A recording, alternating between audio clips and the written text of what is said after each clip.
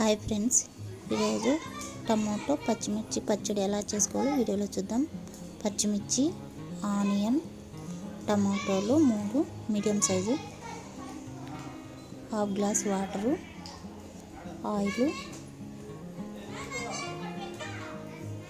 కరివేపాకు, జీలకర్ర half spoon, చింతపండు అన్నీ వేసి మిక్స్ చేసిన తర్వాత బాగా మగ్గనివ్వాలి. వాటర్ అన్నీ ఇంకిపోయేంత వరకు.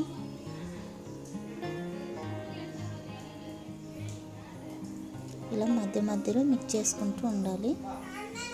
చూడండి, వాటర్ అన్నీ ఇంకిపోయాయి.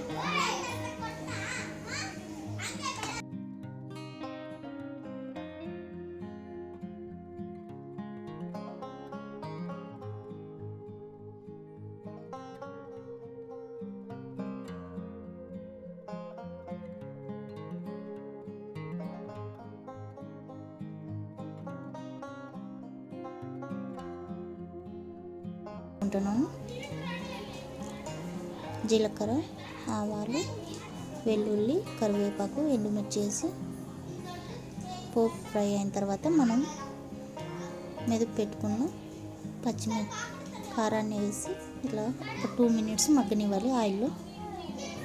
అంతే అండి, టమాటా పచ్చిమిర్చి రెడీ.